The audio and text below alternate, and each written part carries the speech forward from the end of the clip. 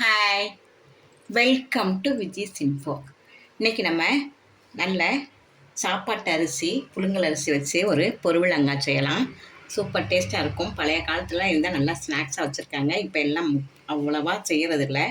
நம்ம இதை செஞ்சு பார்ப்போம் இப்போ எப்படி இருக்குதுன்னு பாருங்கள். அரிசி மாவு நல்ல அரிசியை நல்லா வறுத்துட்டு மிக்சியில் பொடி பண்ணி வச்சுருக்கேன் பாருங்கள். நல்லா அரிசியை நல்லா கருக விடாமல் சிம்மில் வச்சு நல்லா வறுத்துக்கணும். வறுத்துக்கிட்டு சும்மா நம்ம சாப்பாட்டு அரிசி தான், புழுங்கல் அரிசி தான். அதை நல்லா வறுத்து பொடி பண்ணி வச்சுருக்கேன். ஒரு 3/4 கப்புக்கு 1/4 கப்பு வெல்லம் எடுத்து வச்சுருக்கேன். நல்ல வெல்லம் பாகு வெல்லம் எடுத்து வச்சுருக்கேன். 1 ஸ்பூன் எள்ளு வறுத்து எடுத்து வச்சுருக்கேன். நிலக்கடலை, பச்சை நிலக்கடலை வாங்கி நல்லா வறுத்து வச்சுருக்கேன். நீங்கள் வறுத்த கடலை வாங்கினா கூட ஒன்றும் பிரச்சனை இல்லை. தோல் முக்கால்வாசி எடுத்துருங்க.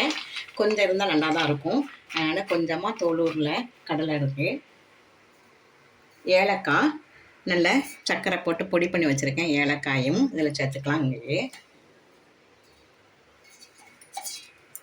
இப்போ நம்ம இந்த அரிசி வெல்லத்தை பாகு காய்ச்சலாம். நம்ம எடுத்து வச்சுருக்கிற கடலையை நிலக்கடலையை 1-2 பொடி பண்ணிக்கலாம். ரொம்ப நைஸாக வேண்டாம், 1-2 பொடி பண்ணிக்குவோம்.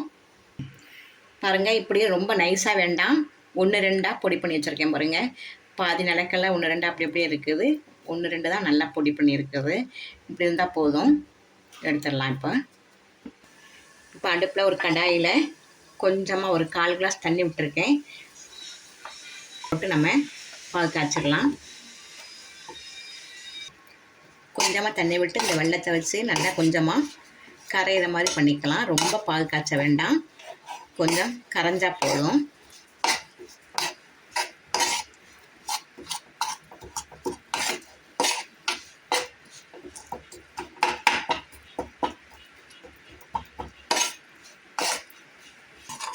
நல்ல வெல்லம் பாருங்கள் நல்லா கரைஞ்சிருச்சு. இது போதும், நமக்கு பாகு பதம்லாம் ஒன்றும் தேவையில்லை. இப்போ நம்ம எடுத்து வச்சுருக்கிற ஏலக்காய் பொடி, எள்ளு அடுப்பு நல்லா சிம்மில் வச்சுக்கலாம்.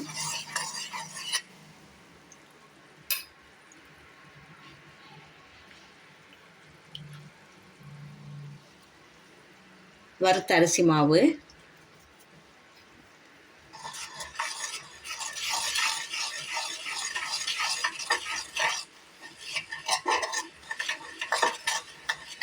வறுத்த மாவு தான், கட்டிப்படாது நமக்கு. அதனால் நம்ம தைரியமாக போட்டுக்கலாம்.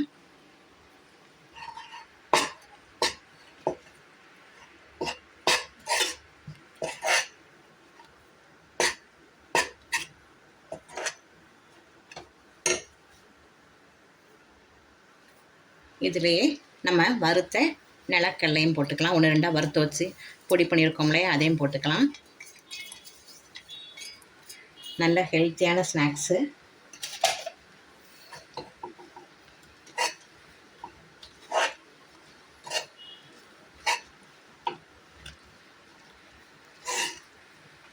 இது எல்லாத்தையும் நல்லா ஒரு கிளறி நம்ம ஸ்டவ் ஆஃப் பண்ணிடலாம். போதும்,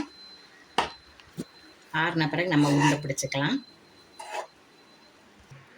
இப்போ நம்ம கை பொறுக்கிற சூடுலையே கொஞ்சமாக நெய் தடவிக்கிட்டு உருட்டி வச்சிடலாம். இல்லாட்டி நமக்கு உருட்ட முடியாது. அதனால் நம்ம கை பொறுக்கிற சூடு இருக்கிறப்பவே நம்ம உருட்டிடுவோம்.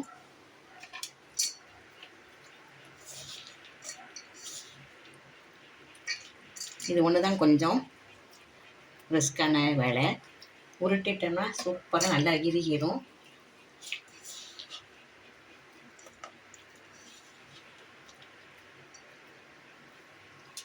இப்படி வச்சுட்டு பிறகு நம்ம இறக்கிக்கலாம். கொஞ்சம் கொஞ்சமாக பிடிச்சிட்டு நல்ல ஹெல்த்தியான அருமையான ஒரு ஸ்நாக்ஸ் வீட்டில் ரெடி ஆகிடுச்சு பாருங்கள். நல்ல ஹெல்த்தியான உருண்டை. இதில் நமக்கு எல்லா விதமான சத்தும், இரும்பு சத்துலேருந்து எல்லாமே சேர்ந்துருக்குது. நீங்கள் இதை கட்டாயமாக செஞ்சு குழந்தைகளுக்கு சுடுங்க. பழைய காலத்து ரெசிபியெல்லாம் எல்லாம் மறந்தாச்சு. இதை மாதிரி ஹெல்த்தியான ஸ்வீட் செஞ்சு கொடுங்க. இந்த ரெசிபி உங்களுக்கு பிடிச்சிருக்கும். பிடிச்சிருந்தா லைக் பண்ணுங்கள், ஷேர் பண்ணுங்கள், சப்ஸ்கிரைப் பண்ணுங்கள், பெல் ஐக்கானை தட்டி விடுங்க. மற்றும் ஒரு நல்ல ரெசிபி உங்களுக்கு சந்திக்கிறேன். பை.